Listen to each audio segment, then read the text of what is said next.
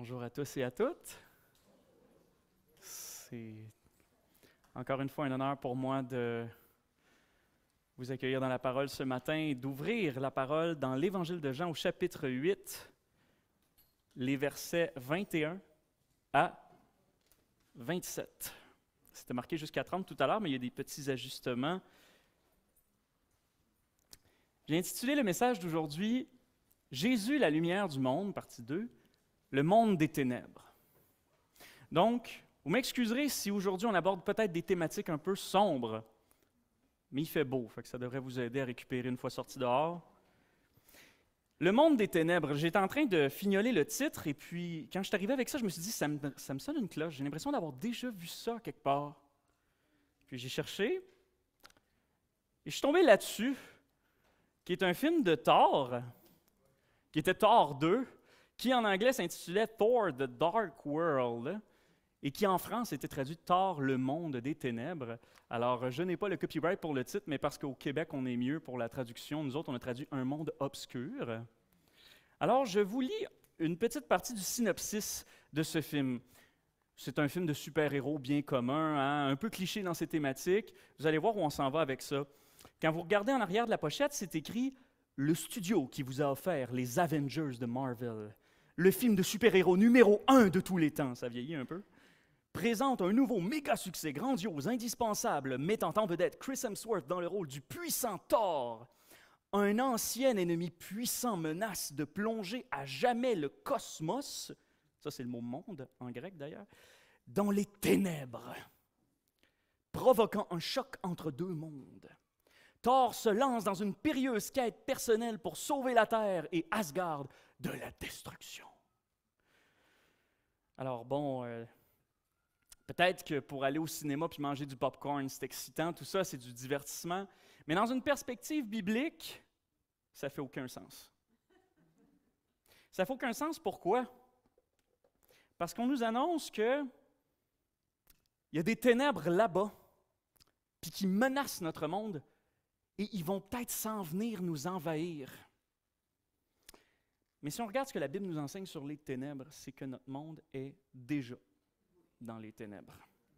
Si on devait avoir peur d'une chose, c'est surtout pas que les ténèbres envahissent notre monde, mais qu'elles nous retiennent d'en sortir. Alors là, je fais un petit bref retour sur ce qu'on a vu la semaine dernière. On a commencé une série de 5 prédications sur l'Évangile de Jean, chapitre 8, qui porte sur le grand discours de Jésus qui s'introduit comme suit « Je suis la lumière du monde. Celui qui me suit ne marchera pas dans les ténèbres, mais il aura la lumière de la vie. » Et ça va bercer toutes les prédications qui vont suivre jusqu'à la fin du chapitre. Et avant d'entreprendre le texte d'aujourd'hui, j'aimerais faire un petit saut dans l'évangile de Luc pour voir comment un autre évangéliste va utiliser ce thème de la lumière-là, mais à sa façon. On est au tout début de l'évangile de Luc, lors de la naissance de Jean-Baptiste. Et c'est Zacharie, le père de Jean-Baptiste, qui va prophétiser ceci. « Et toi, mon enfant, tu seras appelé prophète du Très-Haut, car tu iras devant le Seigneur pour préparer ses chemins, pour donner à son peuple la connaissance du salut par le pardon de ses péchés, grâce à la tendre compassion de notre Dieu.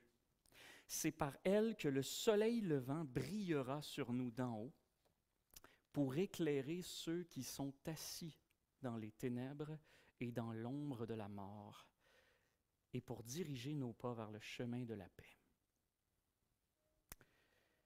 Le véritable enjeu dans notre univers, c'est pas quand quelqu'un viendra nous apporter les ténèbres, mais c'est quand quelqu'un viendra-t-il enfin nous apporter la lumière.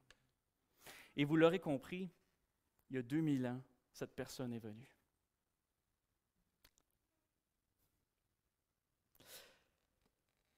Une petite anecdote avant de commencer à lire notre texte d'aujourd'hui. Hier, c'était ma collation des grades à la faculté, et puis j'étais comme à cheval entre être là-bas, puis revenir préparer le sermon à la maison. Fait que j'étais sur la route, sur le retour, c'était ma femme qui conduisait, et puis on avait le GPS d'activer, et puis fait que là, je rouvre ma Bible pour me remettre dans le bain, je vais le lire à haute voix encore une fois.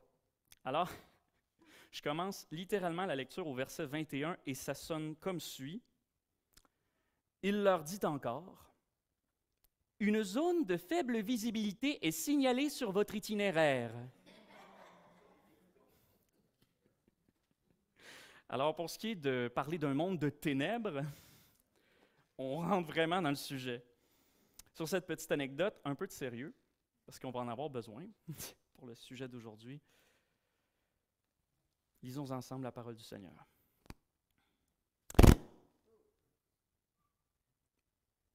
Lisons ensemble la parole du Seigneur. Il leur dit encore, « Moi je m'en vais, vous me chercherez et vous mourrez dans votre péché. Là où moi je vais, vous ne pouvez pas venir. » Les Juifs dirent, « Va-t-il se tuer lui-même pour qu'ils disent, « Là où moi je vais, vous ne pouvez pas venir? » Il leur disait, « Vous êtes d'en bas. Moi, je suis d'en haut. Vous êtes de ce monde. Moi, je ne suis pas de ce monde. C'est pourquoi je vous ai dit que vous mourrez dans vos péchés. En effet, si vous ne croyez pas que moi je suis, vous mourrez dans vos péchés. » Il lui disait, « Qui es-tu, toi? » Jésus leur répondit, « Ce que je vous dis depuis le commencement. J'ai à votre sujet beaucoup à dire et à juger, mais celui qui m'a envoyé est vrai, et moi, je dis au monde ce que j'ai entendu de lui. » Ils ne surent pas qu'il leur parlait du Père. Ainsi parle le Seigneur. Prions.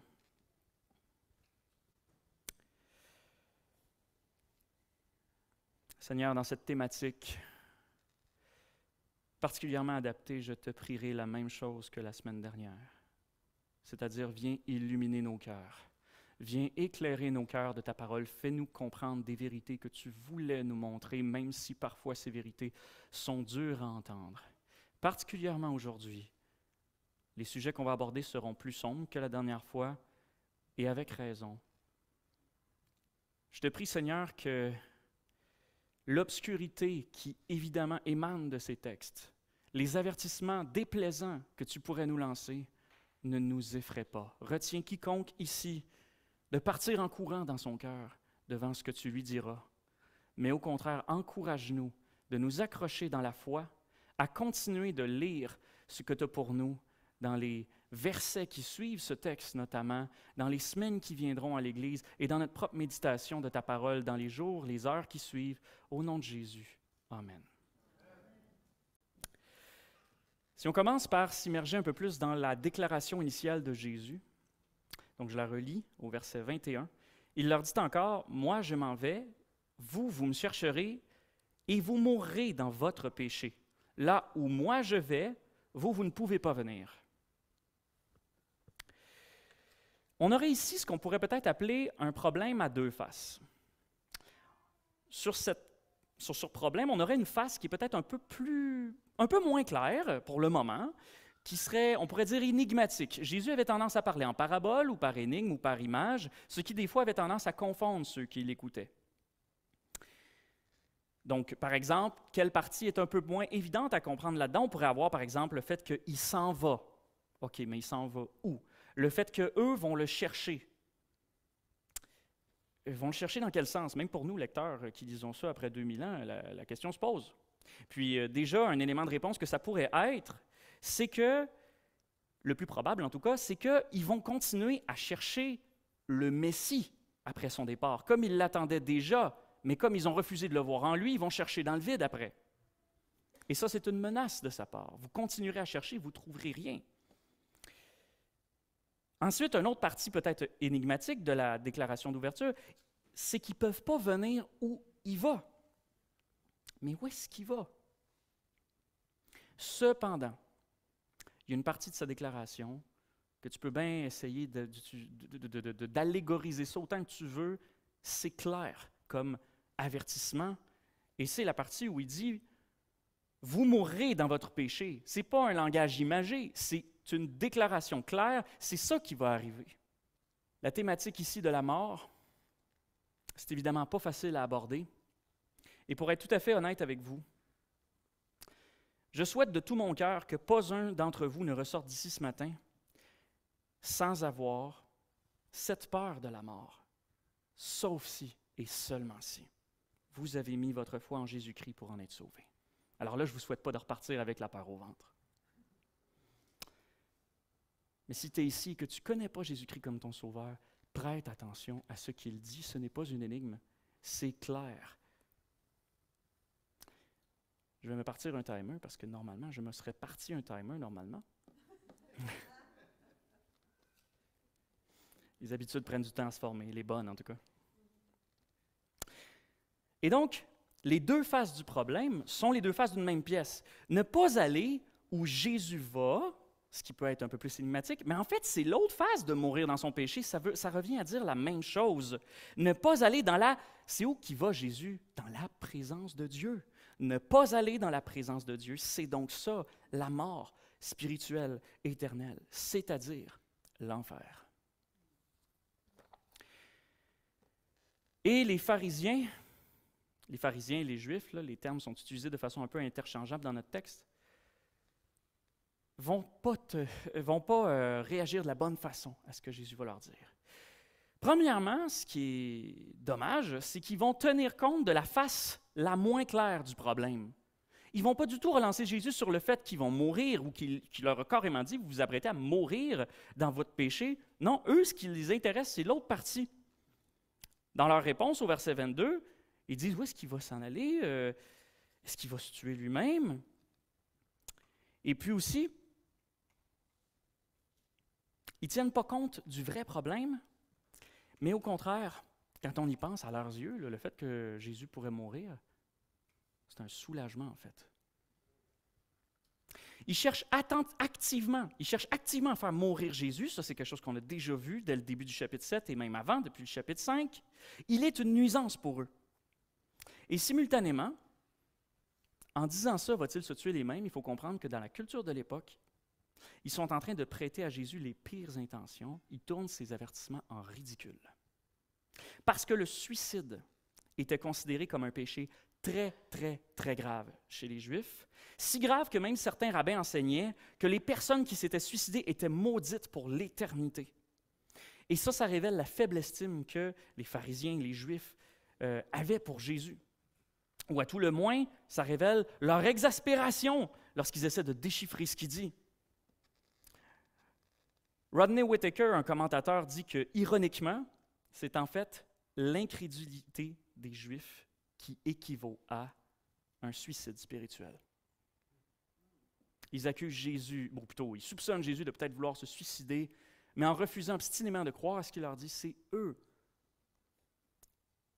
qui se suicident spirituellement.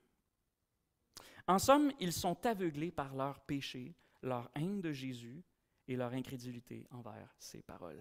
La Bible nous dit en Éphésiens 4, 18 que les hommes qui ne connaissent pas Dieu, comme c'est le cas des pharisiens, vous ne connaissez ni moi ni mon Père, on avait vu ça la semaine dernière au verset 19, les hommes qui ne connaissent pas Dieu ont le cœur obtus et l'intelligence obscurcie.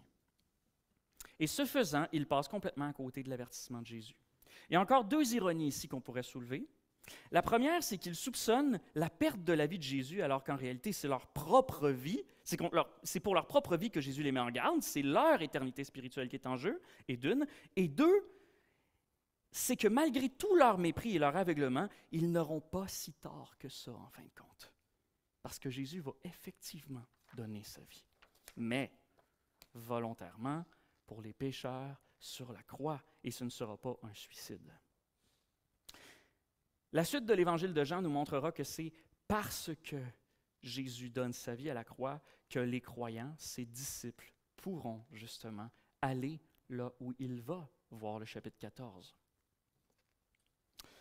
Mon encouragement pour vous ce matin, si vous écoutez ça pour la première fois, si vous n'êtes pas familier avec ce genre de texte, ayez une meilleure réaction que celle des pharisiens. Concentrez-vous sur la vraie partie importante du problème, la mort dans le péché. Le message important à retenir pour le sermon d'aujourd'hui, c'est que Jésus est la lumière du monde, évidemment, ça on l'a vu la semaine dernière, parce qu'il met en lumière les vrais problèmes du monde. Si vous voulez, je le formule dans d'autres mots, c'est qu'aujourd'hui, on va s'attarder sur l'aspect plus désagréable de la lumière. La semaine dernière, c'était plutôt la lumière et la vérité. Et en tant que vérité, elle s'authentifie elle-même, évidemment, et puis elle révèle toutes les vérités qui existent. Oui, même les déplaisantes. C'est ce qu'on va voir aujourd'hui. J'aime vous tirer des illustrations provenant de films classiques du cinéma. Qui ici a vu Indiana Jones et les aventuriers de l'Arche perdue? Oh! Il y a des gens qui étaient rapides sur le piton, là.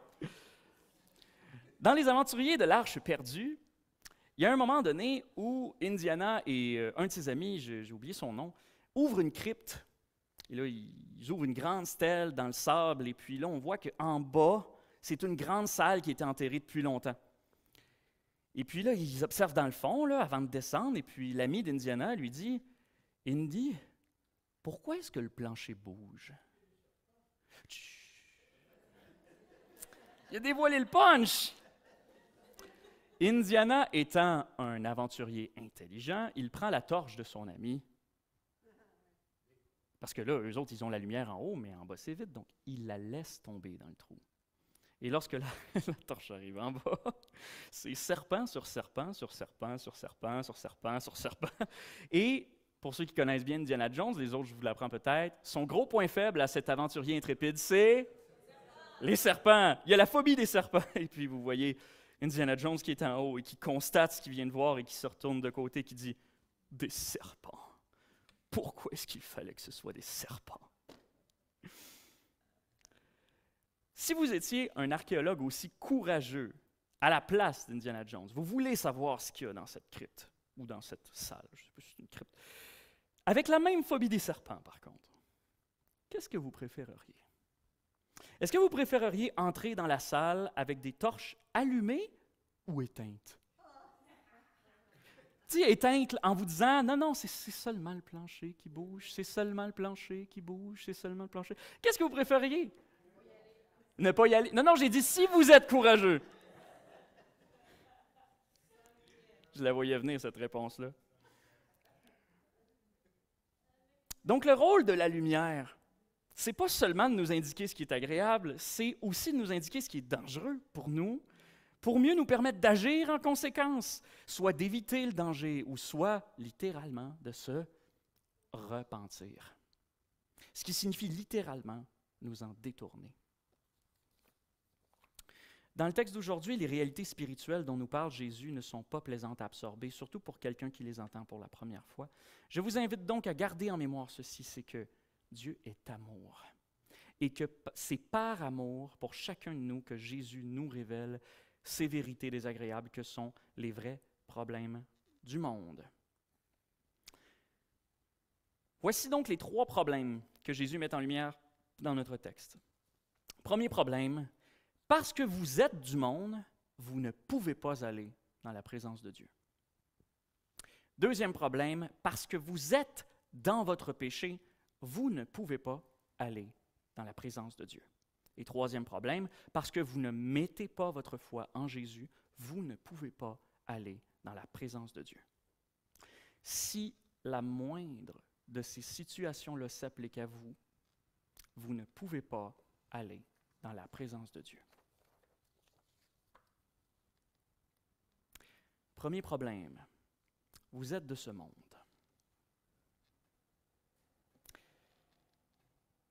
Il leur dit encore, « Moi je m'en vais, vous me chercherez, vous mourrez dans votre péché. Car là où moi je vais, vous ne pouvez pas venir. » Il leur disait, « Vous, vous êtes d'en bas. Moi je suis d'en haut. Vous, vous êtes de ce monde. Moi je ne suis pas de ce monde. Mais celui qui m'a envoyé est vrai. Et moi je dis au monde ce que j'ai entendu de lui. » Ils ne surent pas qu'il leur parlait du Père. Dans l'évangile de Jean, généralement, quand vous voyez le mot « monde », c'est qu'il y a une connotation négative derrière. Il y a quelques exceptions, ce n'est pas unilatéral, notamment dans notre verset préféré à la plupart d'entre nous, hein? Car Dieu a tant aimé le monde, ce n'est pas très négatif le monde dans ce cas-là, mais sinon, la plupart du temps dans l'évangile de Jean, vous voyez monde, vous voyez, oh là là, c'est opposé à Dieu, c'est ténébreux, c'est un ennemi, c'est un problème et malheureusement, on en fait partie. Pour reprendre une citation d'Henri Blocher, le monde employé négativement représente les dimensions collectives du péché et ses aspects culturels, la vacuité et la vanité de ses gloires. Oh, c'est-tu bien dit ça?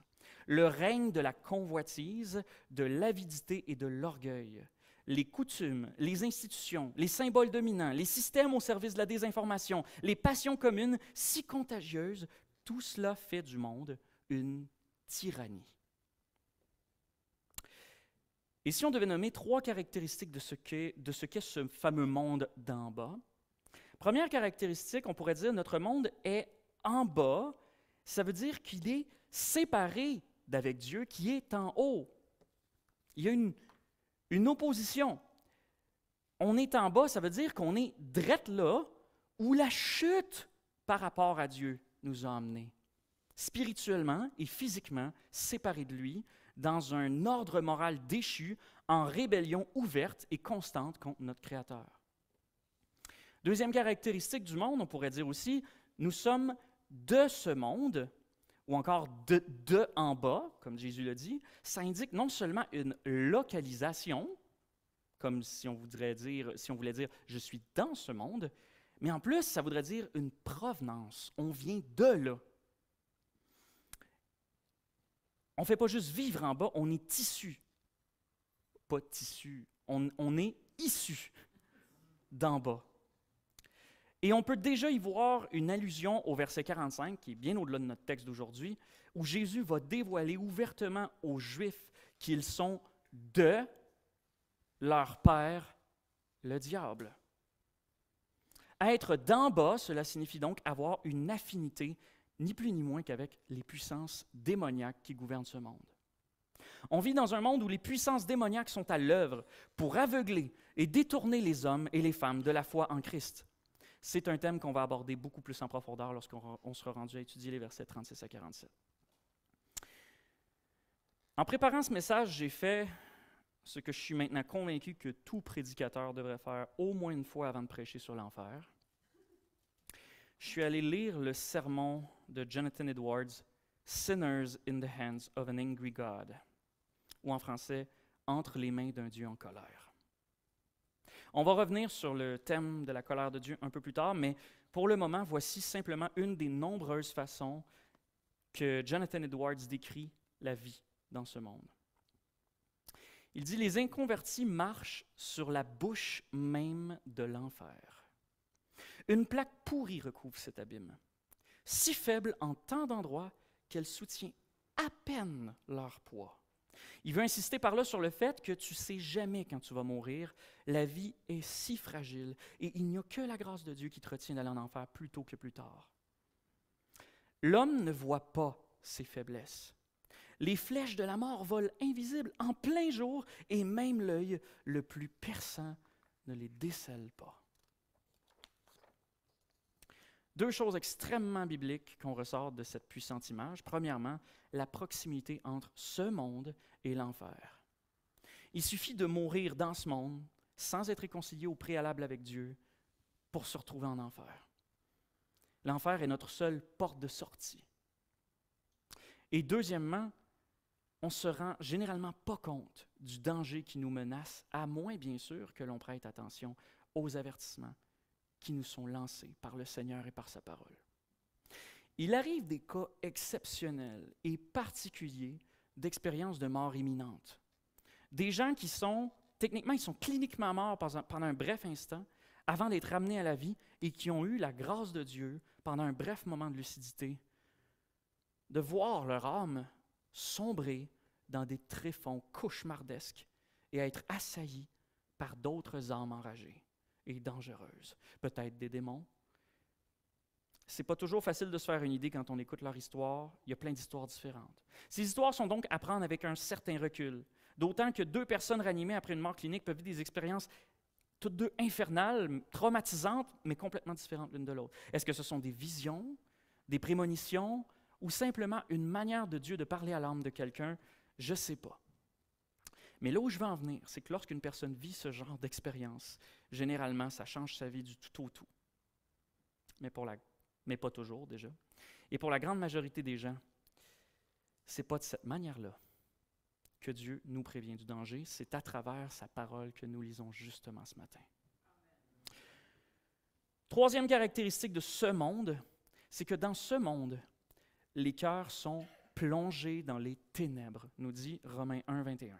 C'est un thème très présent dans l'Évangile de Jean et dont le premier sens est d'être opposé à Dieu. Ce monde est en conflit perpétuel avec Dieu. La lumière est venue dans les ténèbres et les ténèbres n'ont pas pu la saisir, ni dans le sens de la comprendre, ni dans le sens de s'en emparer parce qu'ils auraient bien voulu. Les hommes ont préféré les ténèbres à la lumière parce que leurs œuvres étaient mauvaises, Jean 3, 19. Le parallèle avec la colonne de feu dans le désert, dont on a parlé la semaine dernière, lorsque Dieu dirigeait les Hébreux à travers les ténèbres de la nuit vers la terre promise, ça nous fait voir les ténèbres comme un lieu de danger, mais aussi de perdition. Si on ne marche pas suivant la lumière, on peut s'y perdre.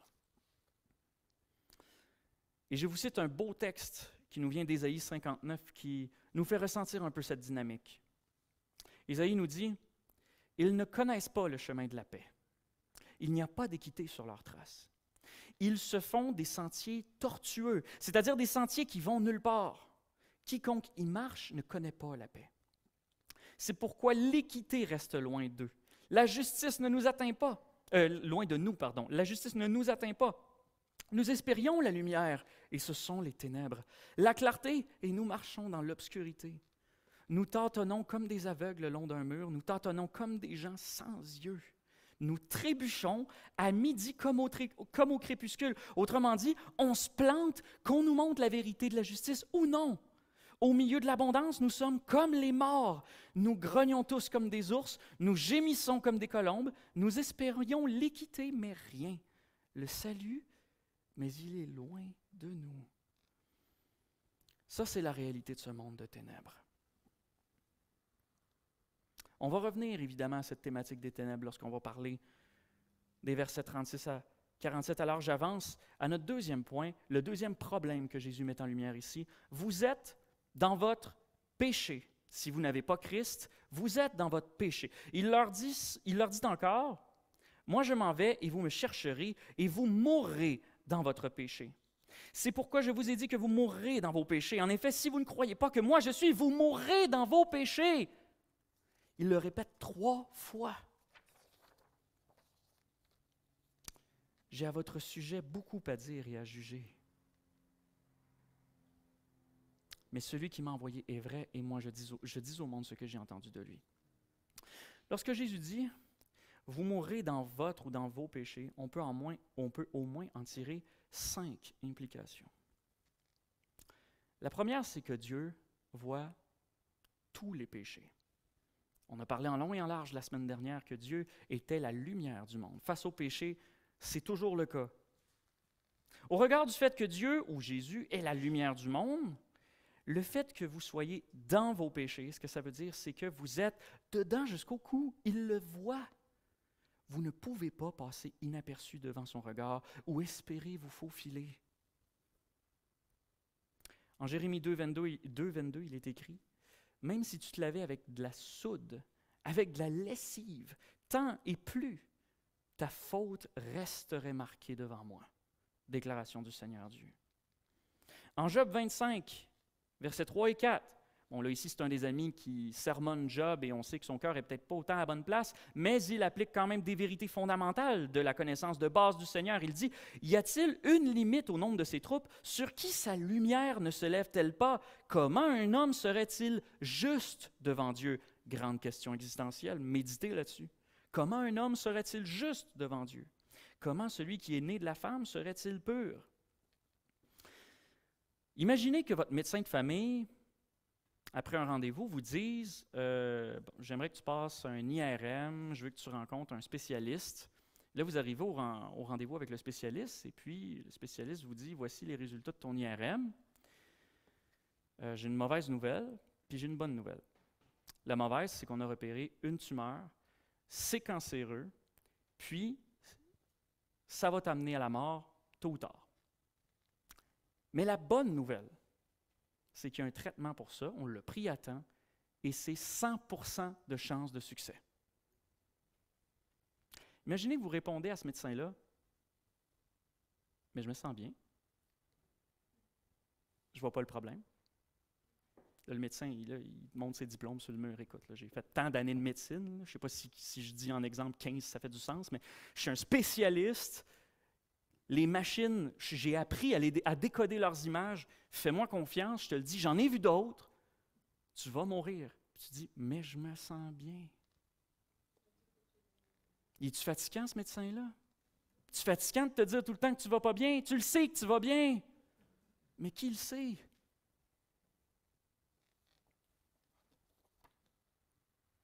La deuxième vérité fondamentale qu'on peut tirer de ça, c'est que tous les hommes ont péché. Vous mourrez dans vos péchés. Ça s'adresse à vous.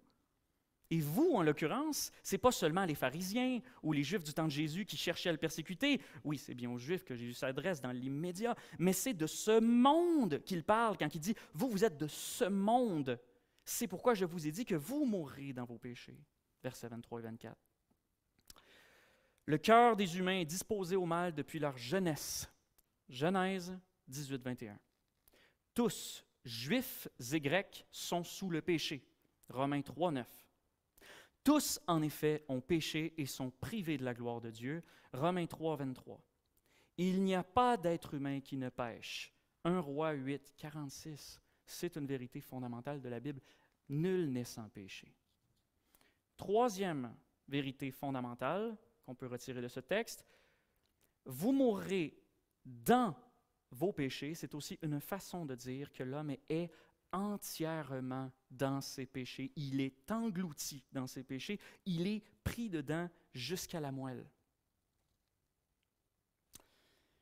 J'avais une discussion à un party de famille à Noël avec un de mes oncles qui était super sympathique, mais aussitôt qu'arrivent des sujets religieux, on dirait que tout est plus tendu tout à coup. Et puis, est arrivé sur la table, je ne sais plus si c'était de moi ou de quelqu'un d'autre, le sujet du péché, le fait que nous soyons tous pécheurs. Et puis, il y avait comme deux images en confrontation. C'est évidemment que quelqu'un qui serait, je ne sais pas moi, un violeur d'enfants est clairement plus pécheur que ne l'est une autre personne qui ne fait que des petits péchés. Évidemment que devant Dieu, tous les péchés sont jugés à leur juste valeur, mais ce n'est pas ça le point, ici en tout cas.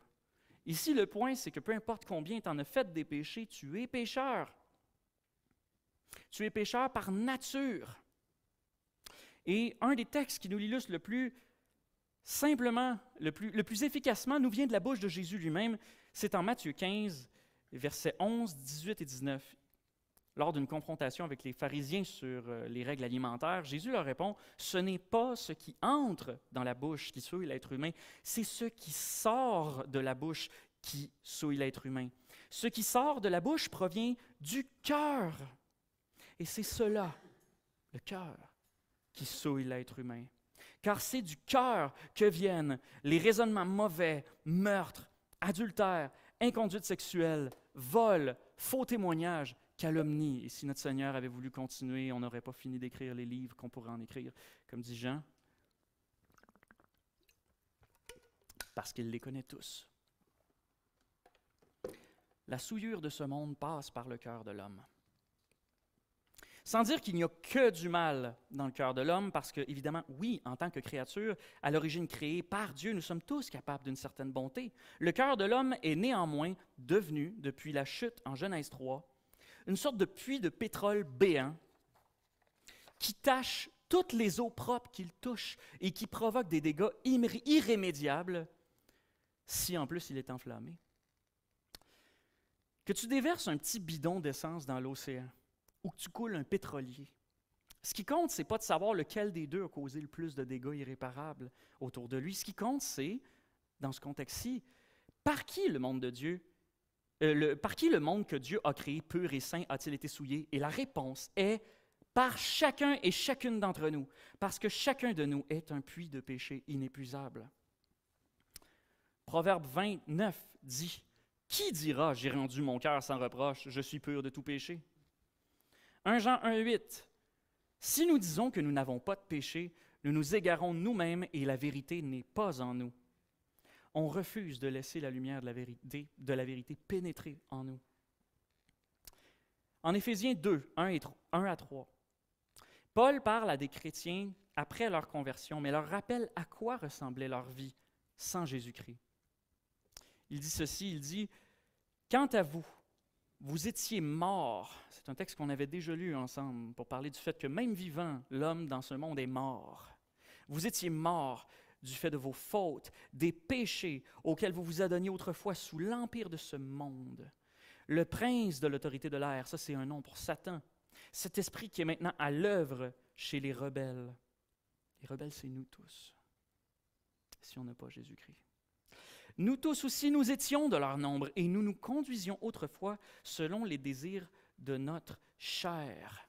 Nous faisions les volontés de notre chair et de nos pensées et nous étions par nature voués à la colère comme les autres.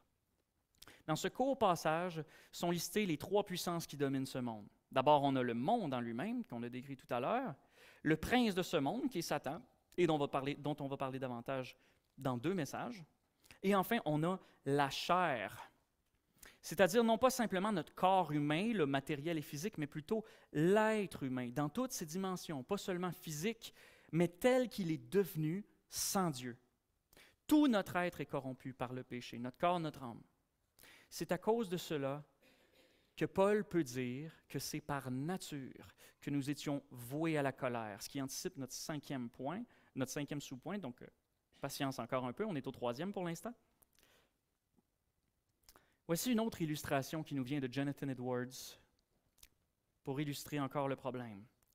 Il dit « Votre impiété vous donne le poids du plomb et tout votre être tend vers le bas, vers l'enfer. » Donc, non seulement Jésus nous dit que nous sommes d'en bas, mais en plus, parti comme c'est là, la seule direction vers laquelle on pourrait aller, c'est encore plus bas, s'il ne nous retenait pas. Si Dieu vous laissait aller, vous plongeriez immédiatement et sans délai dans ce gouffre sans fond pour vous garder de l'enfer, vos soins et votre prudence, tous vos artifices et votre propre justice ont autant d'influence qu'une toile d'araignée pour retenir la chute d'un rocher. 4e, lorsque Jésus dit « vous mourrez dans vos péchés » au futur, cela signifie que le péché est une réalité qui colle à la peau de l'être humain jusqu'à sa mort. L'être humain naît pécheur et il meurt pécheur, en principe.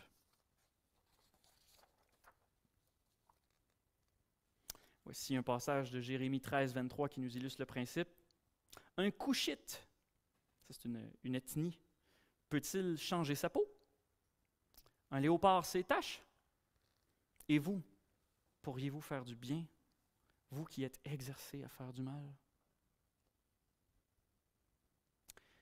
Et en Ésaïe 64, nous sommes tous devenus comme impurs, et tout ce que nous faisons pour la justice est comme un vêtement souillé. Nous sommes tous flétris comme des feuilles mortes, et nos fautes nous emportent comme le vent. Une image que j'avais en me préparant, c'était que le monde, c'est pas dur à trouver comme allégorie, le jardin d'Éden, mais le monde est comme un immense jardin où la lumière du soleil ne perce pas, comme à travers de trop épais nuages. Il est constamment plongé dans les ténèbres et le sol est aride comme dans un désert. Au milieu de ce monde ténébreux et sec, les êtres humains poussent comme les plantes du jardin, tant bien que mal. Les êtres humains sont souvent justement comparés à des pousses, des plantes dans la Bible, comme dans la parabole du bon grain de l'ivraie, ou dans l'enseignement de Jésus sur la moisson, ou dans l'analogie que fait Paul sur la croissance spirituelle. Sauf que, dans ce monde sans lumière, toutes les plantes sont fanées. Quand dans notre jardin, toutes les fleurs sont fanées, qu'est-ce qu'on fait? Normalement, on les arrache. Mais il arrive parfois que le jardinier, pour des raisons qui lui appartiennent, c'est son jardin après tout, décide d'attendre un peu avant d'arracher les fleurs. Je ne suis pas du tout un expert en botanique, là. Ceux qui ont des jardins, vous m'instruirez, mais il peut y avoir plusieurs raisons à cela. La fertilité à long terme du jardin, la production de certains fruits, et parfois, on peut guérir une fleur fanée si on lui fournit l'hydratation et la luminosité adéquate. Et je vous rappelle qu'en moins de 20 versets d'intervalle, dans les 30 derniers versets qu'on a lus ensemble au fil des sermons, Jésus, qui est Dieu, a affirmé être ces deux sources d'hydratation et de luminosité. Source d'eau vive et lumière du monde. Si ce monde est mort et produit la mort en permanence, c'est parce que l'humanité a coupé les aqueducs avec Dieu. Dans l'Ancien Testament, Ézéchiel avait toutefois prophétisé, pour donner peut-être un peu plus d'encouragement dans les prophéties, en contraste avec Ésaïe, Ézéchiel avait prophétisé que là où il y avait la mort sur la terre, la vie pourrait à nouveau reprendre. C'est ce qu'on voit dans sa vision des ossements desséchés en Ézéchiel 36, et aussi dans sa vision du nouveau temple de la fin des temps, c'est-à-dire, c'est qui le nouveau temple à la fin des temps? C'est Jésus, on l'a vu en Jean chapitre 2. Le nouveau temple qui éventuellement remplacerait le temple du judaïsme et répandrait la vie sur la terre. Voici ce que dit Ézéchiel. De l'eau sortait de sous le seuil de la maison à l'est, la maison étant le temple ici, le temple de sa vision. Car la façade de la maison était à l'est, l'eau descendait du côté droit de la maison au sud de l'autel. Quelques versets plus loin, on voit que c'était un torrent que je ne pouvais traverser car l'eau était si profonde qu'il fallait y nager. C'était un torrent qu'on ne pouvait traverser. Ça, c'est l'une des prophéties qui annonçait justement que Jésus répandrait une eau vive par toute la terre, comme on en avait parlé dans le discours de Jésus sur les fleuves d'eau vive brièvement. Et je poursuis au verset 12. Près du torrent, sur ses rives, de chaque côté pousseront toutes sortes d'arbres fruitiers. Leur feuillage ne se flétrira pas. Leur fruit ne s'épuisera pas. Ils donneront des primeurs tous les mois parce que ces eaux sortiront du sanctuaire. Leur fruit servira de nourriture et leur feuillage de remède. Voyez-vous le contraste entre être des feuilles mortes ou des feuillages qui ne flétrissent jamais? Ézéchiel 47. Oh, excusez-moi, j'ai oublié de tourner les slides vers le verset 12. S'il y en a qui prennent des photos, je vous laisse quelques secondes.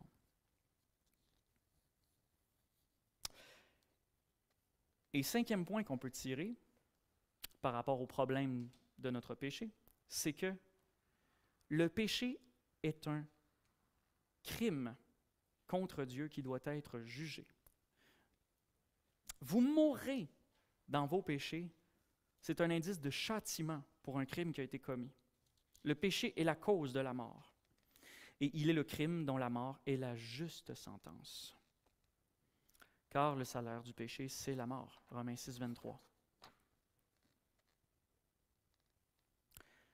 Romains 8, les versets 6 à 8 nous dit aussi, « Or, la chair, on a vu tout à l'heure, c'était quoi la chair? Hein? C'est l'homme sans Dieu. La chair tend à la mort, l'esprit, lui, tend à la vie et la paix. » On parle ici du Saint-Esprit de Dieu, pas de notre simple esprit humain. « Car la chair tend à s'ériger en ennemi de Dieu. » Ça, c'est une autre définition de c'est quoi la chair, c'est quoi vivre dans les ténèbres. On tente à s'ériger tout le temps en ennemi de Dieu.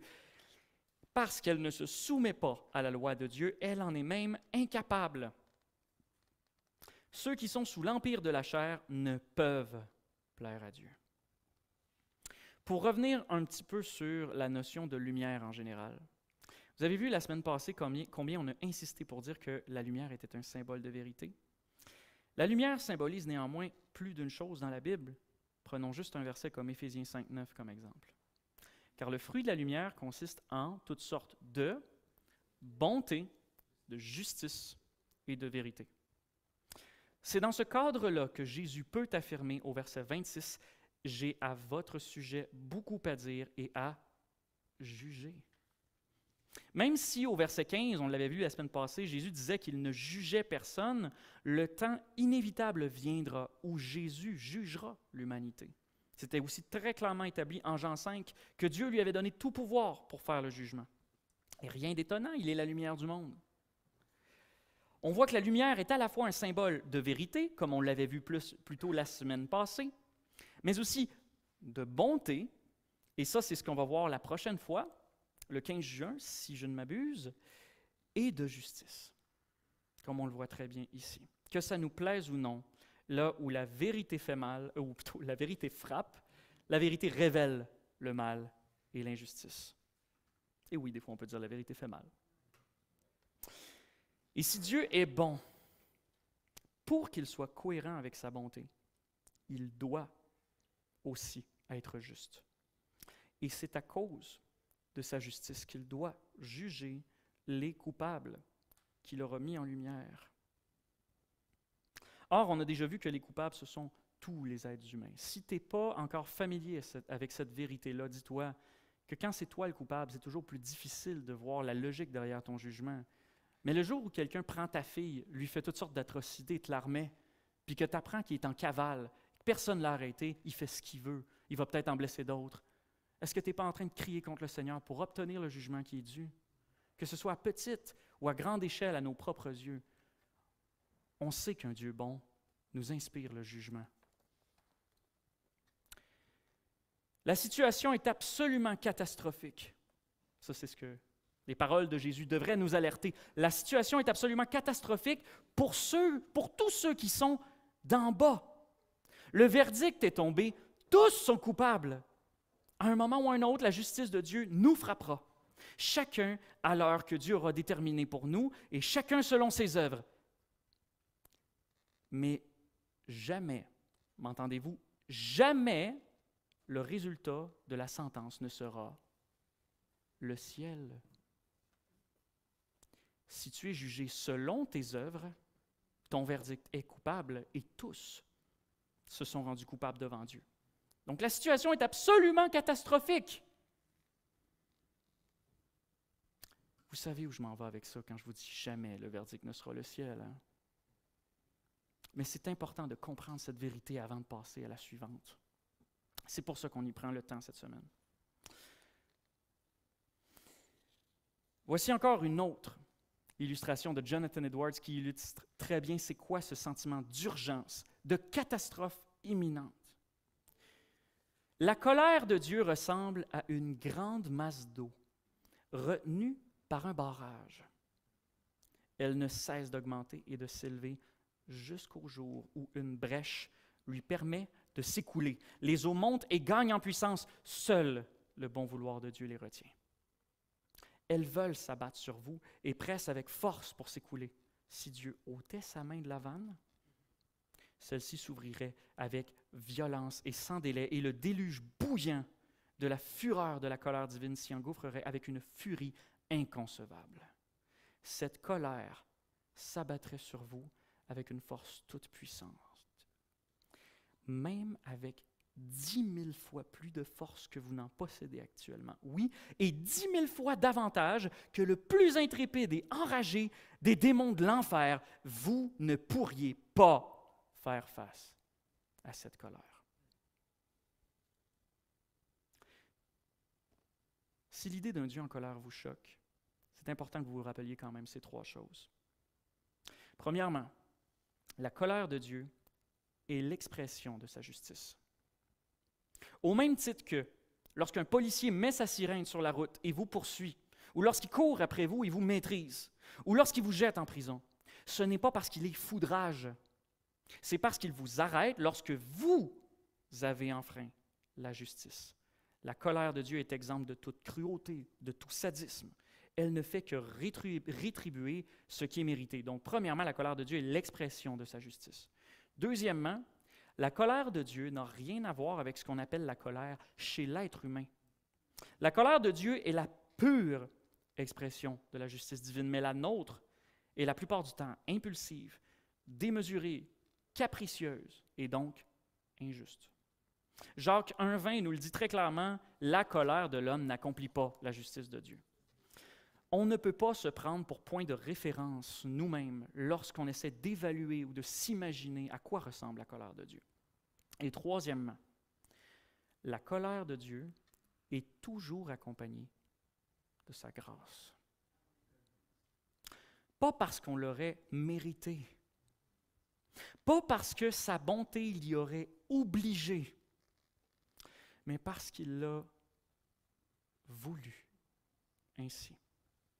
Dieu pourrait ne faire grâce à personne et il serait toujours juste et nous toujours coupables. Mais dans sa grâce, il a tenu à offrir aux êtres humains un moyen d'être épargnés de sa colère tout en étant lui-même juste. Et c'était de subir sa colère lui-même.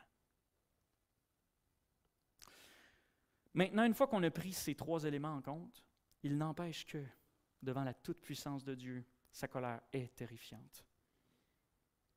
Mais c'est parce qu'à la base, on la mérite. Et c'est surtout là-dessus que Jonathan Edwards, avec ses grandes illustrations, veut insister. Le troisième problème que Jésus met en lumière, c'est que vous ne mettez pas votre foi en Jésus. Si vous ne mettez pas votre foi en Jésus, vous ne pouvez pas aller où il va, c'est-à-dire dans la présence du Père.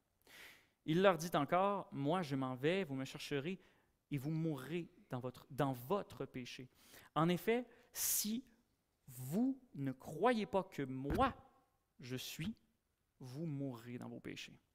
Il lui disait, « Qui es-tu, toi? » Jésus leur répondit, « Ce que je vous dis depuis le commencement. » La question que posent les Juifs ici serait normalement la question la plus importante qu'un humain pourrait poser. Qui es-tu vraiment, Jésus? Et c'est dommage que le contexte nous montre qu'en fait, les Juifs ne la posent pas du tout dans un esprit d'apprentissage, c'est plutôt un esprit d'impatience. La réponse de Jésus à cette question est difficile à analyser parce qu'on pourrait techniquement la traduire soit comme une question qui se formulerait un peu comme ceci. « D'abord, pourquoi vous parlerai-je? » En théorie, les mots nous le permettraient dans le grec. Ou alors comme une affirmation, comme ici, « Ce que je vous dis depuis le commencement. » C'est quand même différent comme deux propositions, hein? Mais c'est la deuxième qui est la plus probable si on se fie au contexte. Donald Carson, le commentateur, il penche pour celle-là. Dans ses propres mots, il nous dit, on pourrait le traduire, « C'est précisément ce que je vous ai dit au commencement. » Le point, c'est que peu importe combien Jésus leur révèle qui il est, ils font preuve d'une ignorance obstinée et délibérée. Jésus répète son avertissement 3 fois. Vous mourrez dans vos péchés, au verset 21, dans votre péché, pardon, au verset 21, et dans vos péchés, 2 fois au verset 24. Pourquoi est-ce que la première fois, il dit « votre péché » au singulier? Selon les commentateurs, ce péché au singulier, qui valide tous les autres, c'est l'incrédulité. Dans le contexte, les pharisiens sont en train de contester tout ce que dit Jésus. On l'a vu la semaine dernière dès le verset 13. « Ton témoignage n'est pas vrai, votre péché. »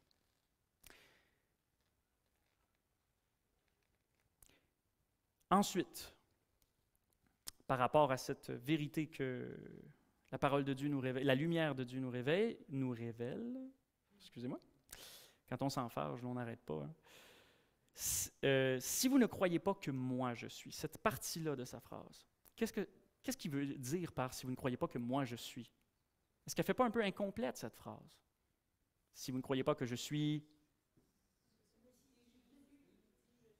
Bien déjà là, la semaine dernière, on l'a déjà vu, dans 2 des versets, le verset 12 et je crois le verset 18, et maintenant ici pour la 3e fois au verset 24, « Je suis » un indice de plus du nom divin.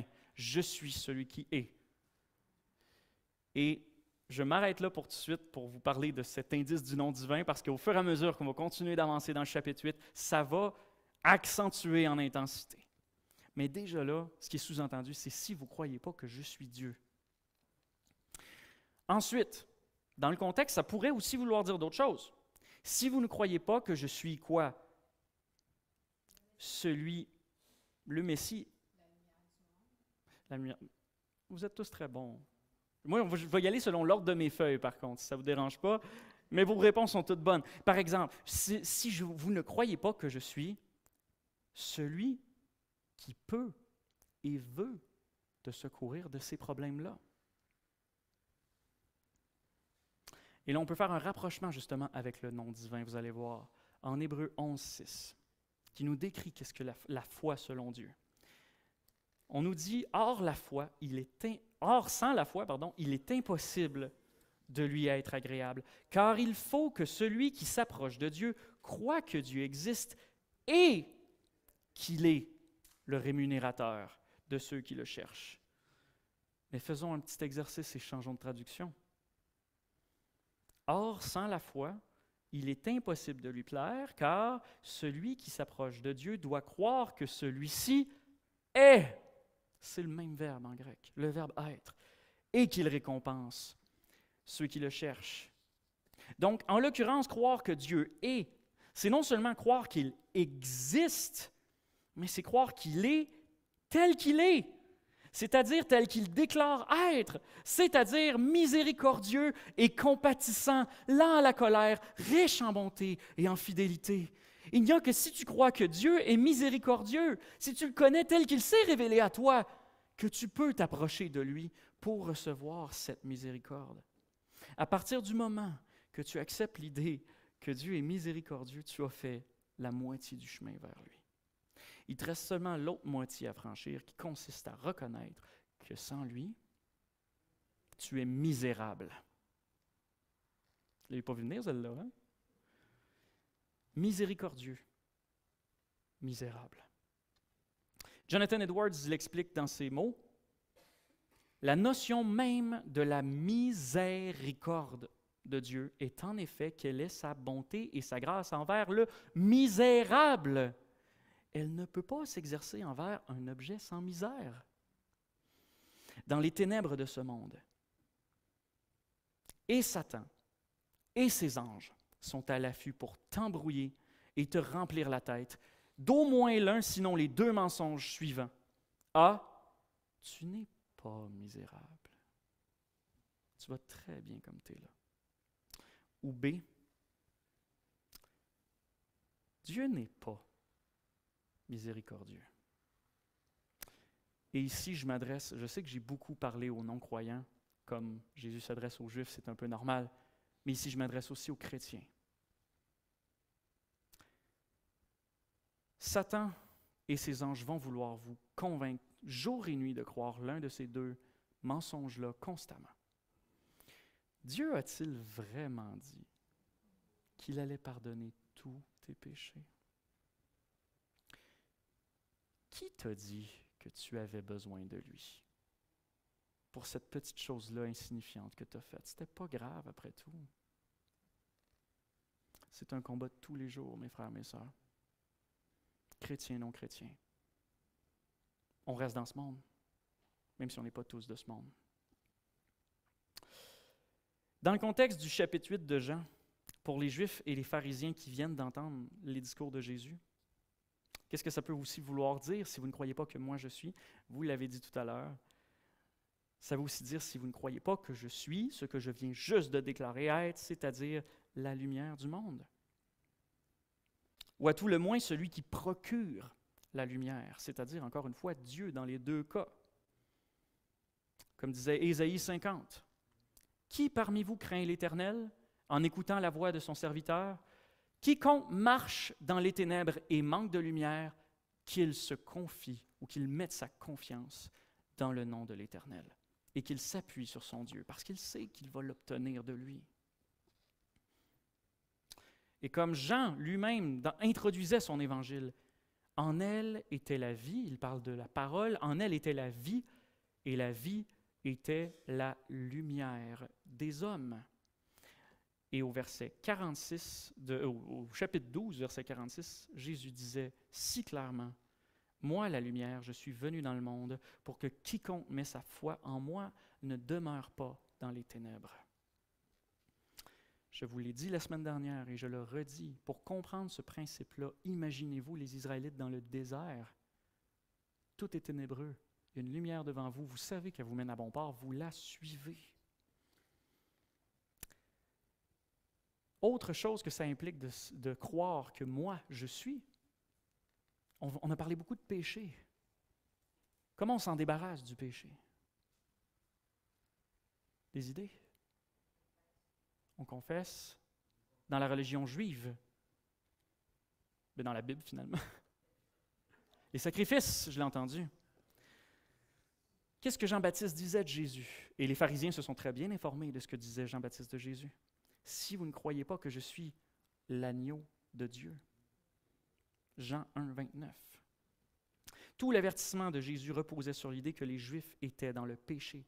Le péché est l'un des obstacles qui les empêche complètement d'avoir accès à Dieu. Or, s'ils avaient cru la proclamation de Jean-Baptiste, ils auraient aussi cru que Jésus était l'agneau de Dieu qui enlève le péché du monde.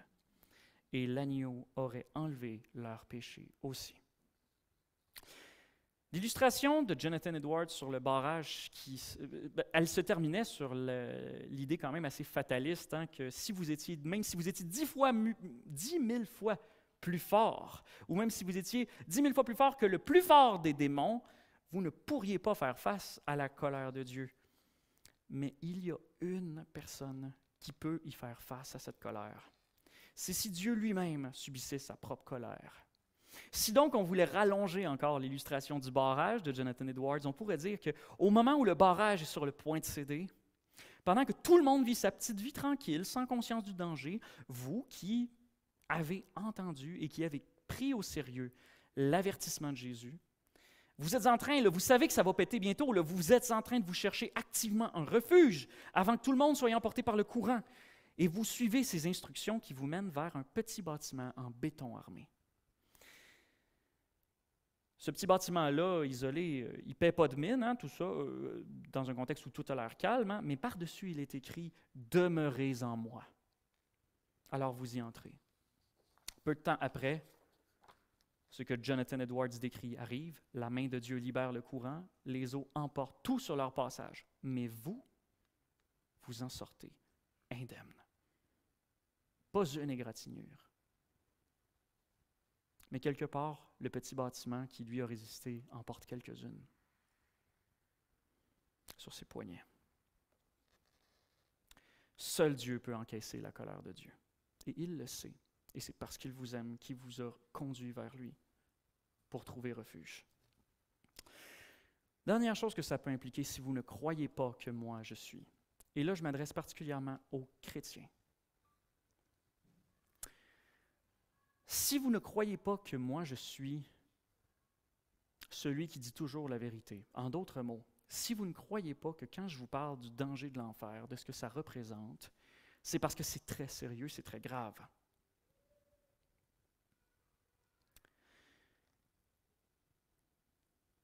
Comment espérez-vous annoncer l'Évangile d'une façon qui soit réellement percutante?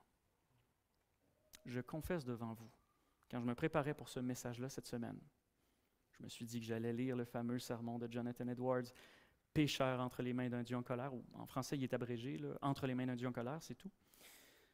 Et j'ai réalisé combien, pour moi qui est né d'une famille chrétienne, de parents chrétiens, j'ai jamais vraiment grandi avec la peur de l'enfer. Et c'est bien. Je ne vais pas m'en vouloir pour ça, je ne vais pas en vouloir à Dieu pour ça. Mais lorsque je prêche sur l'enfer, la réalité, c'est l'éternité loin de Dieu. C'est l'éternité dans le feu, c'est l'éternité dans la souffrance, c'est l'éternité avec les pleurs, les grincements de dents. C'est impossible à cerner pour notre esprit. On ne peut pas nous en vouloir à outrance de ne pas être capable de tout cerner, évidemment, mais si on croit vraiment que Jésus est qui il est et que la menace dont il nous protégeait, quand il nous dit qu'il est la seule porte de sortie, c'est parce que la menace était telle que seul Dieu peut nous en protéger. C'est qu'elle est énorme, cette menace. Comprenez l'idée? Il faut méditer, oui, sur la profondeur de l'Évangile, mais notre méditation sur la profondeur de la bonté de Dieu dans l'Évangile n'est jamais complète quand on n'a pas aussi médité au moins un peu sur l'horreur et les souffrances de l'enfer qu'on a évité. Et je passe le relais à, encore une fois, Jonathan Edwards, qui a été cité par John Piper dans un livre sur la prédication, mais ce bout-là, ça nous concerne tous. C'est dans le livre Replacer Dieu au cœur de la prédication. C'est une image extrêmement poignante, mais qui vient d'un autre sermon de Jonathan Edwards. Il dit ceci. Je m'adresse aux pères de famille. Bon, là, les femmes, disqualifiez-vous pas, là. Mère de famille, ça compte aussi. Sinon, imaginez que vous avez des enfants. Bon. Ou des parents qui vous sont chers. C'est pas dur à imaginer. Je m'adresse aux pères de famille. Imaginez la scène. Vous voyez l'un de vos enfants dans une maison en feu, est sur le point de brûler vif. Il ne cherche pas à s'enfuir parce qu'il n'a pas conscience du danger. Après lui avoir parlé, après l'avoir interpellé sans résultat, garderiez-vous un ton désintéressé et indifférent? N'iriez-vous pas plutôt crier de tout votre être, insistant pour qu'il prenne conscience du danger et de son attitude insensée à rester là? Si nous savions à quoi ressemble l'enfer, en ayant vu l'état dans lequel se trouvent les damnés, ou en nous rendant sensibles à l'horreur de leur situation, et si nous voyons nos auditeurs inconscients face à ce danger imminent, il nous serait moralement impossible de ne pas les avertir de l'horrible danger qui les guette et de ne pas leur crier de fuir le plus vite possible. Évidemment, c'est une image. C'est à appliquer avec sagesse. Et ça ne veut pas dire que dans vos prochains parties de famille, vous vous montez sur la table et vous gueulez. Mais c'est tel. Comprenez-vous? Dans votre cœur, dans l'ardeur de nos prières, pour ceux qui s'en vont droit vers là, pour ceux qui se tiennent sur cette fameuse plaque toute pourrie qui risque de lâcher à tout moment. Je sais que beaucoup de chrétiens s'y adonnent avec discipline. Encouragez vos frères et vos sœurs à prendre conscience de cette réalité. Récapitulons. Tout à l'heure, je vous ai présenté les 3 problèmes que Jésus met en lumière en disant que si vous êtes de ce monde, ou que si vous êtes dans votre péché, ou que si vous ne mettez pas votre foi en Jésus, n'importe lequel des 3, vous ne pouviez pas aller dans la présence de Dieu. C'était provoquant et je le sais. Et j'avais dit que si la moindre... Donc, oui, c'est ça. C'était provocateur, je le sais, je m'en excuse, mais je ne vous laisse pas languir. J'ai une bonne nouvelle pour vous. Ça s'appelle l'Évangile, comme on aime à l'appeler. C'est que si, inversement, une seule de ces situations ne s'applique plus à vous, plus aucune de ces situations ne s'applique à vous. Alors, vérifions point par point, procédons par élimination. Peux-tu changer d'où tu viens? Non, ça ne changera pas. Peux-tu changer tes péchés passés? Non plus. Peux-tu mettre ta foi en Jésus-Christ? Ça, tu peux. Et c'est à ça que Jésus t'invite. Mets ta foi en Jésus-Christ. Et l'Écriture dit que tu n'es pas du milieu du monde, aussi fou que ça puisse paraître. Parce que tu as été pris du milieu du monde et que Dieu t'a donné à Christ, Jean 17,6. Et à partir du moment que tu as mis ta foi en Christ, l'Écriture dit que tu n'es pas du monde, exactement comme lui n'est pas du monde. Jean 17,14. Donc, le premier problème est résolu. On s'en débarrasse. J'avais peur que ça ne marche pas. Mets ta foi en Jésus-Christ et l'Écriture dit que tu es pardonné. Tes péchés sont pardonnés. Ce ne sont pas les versets qui manquent dans la Bible, tant dans l'Ancien que dans le Nouveau Testament, pour dire que la foi en Jésus-Christ procure le pardon complet des péchés, mais en voici un, Actes 10, 43. Tous les prophètes lui rendent ce témoignage. Quiconque met sa foi en lui reçoit par son nom le pardon des péchés. Deuxième problème résolu. Et donc, pour en revenir au problème de départ, le fait que nous ne pouvons pas aller là où Jésus va, rappelons-nous ce que Jésus a prié à son Père en Jean 17. Oui, je dis rappelons, on ne s'est pas encore rendu là, mais on anticipe un peu.